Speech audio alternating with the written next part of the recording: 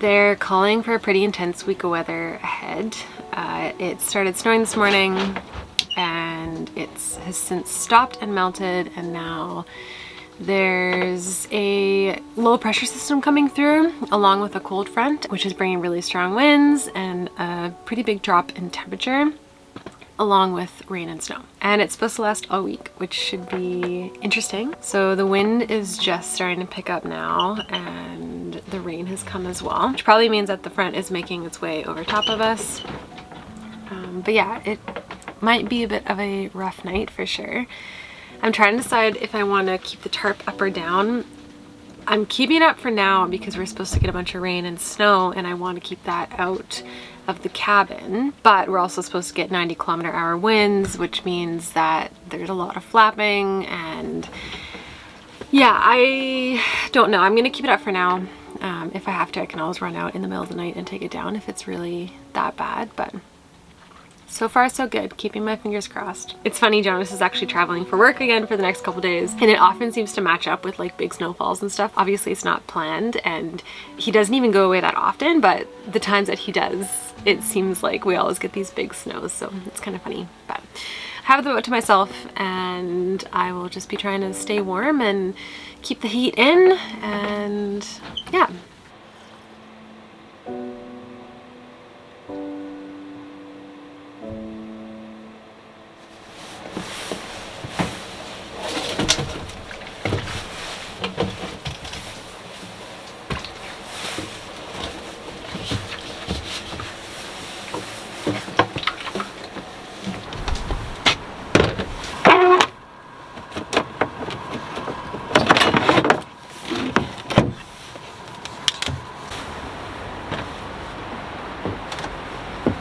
I'm also going to fill up our water, even though we don't actually need to fill it up yet. Lots of times in the past, the water system in the marina freezes over when we get temperatures like this and when we get snow, and pipes burst and need to be repaired, and so we're often left without water.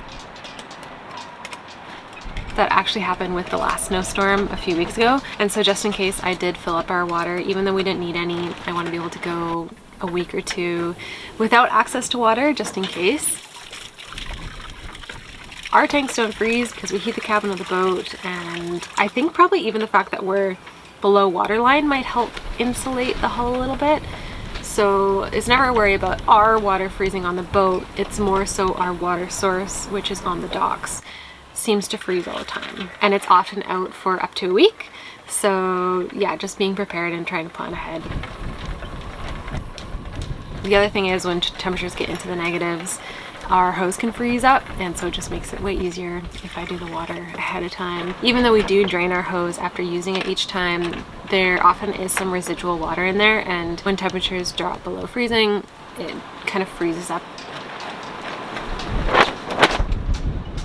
I remember one time last year our hose was frozen in a coil shape and we couldn't actually untwist it, so it just makes it easier so we don't have to thaw it out or anything to get the water done.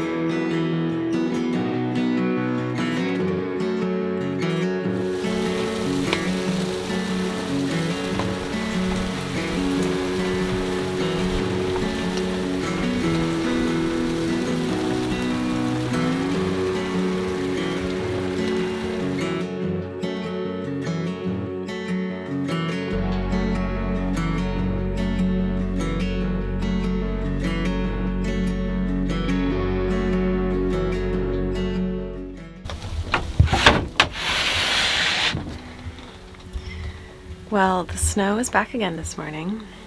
Not that I'm surprised. Yeah, just trying to stay warm, and I think all of the snow is supposed to stop by the end of this morning, although it is coming down harder now, so I don't know. We'll see.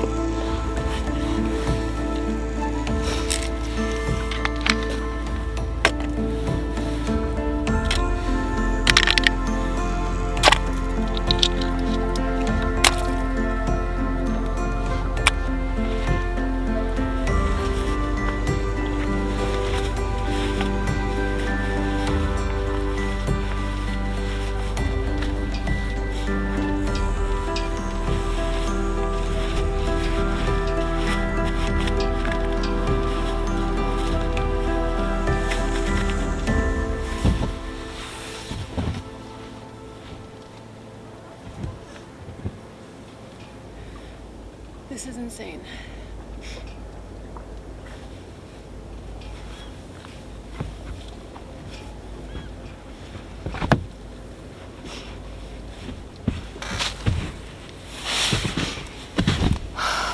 This is the most snow that I've ever seen on a boat. It's wild. Look at this.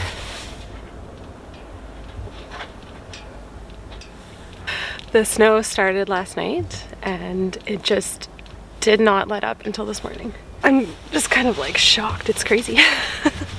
Everyone's doing snow removal around here. So I might try and get a shovel if there's one available, but I'm just gonna start with my handy dandy sleeves.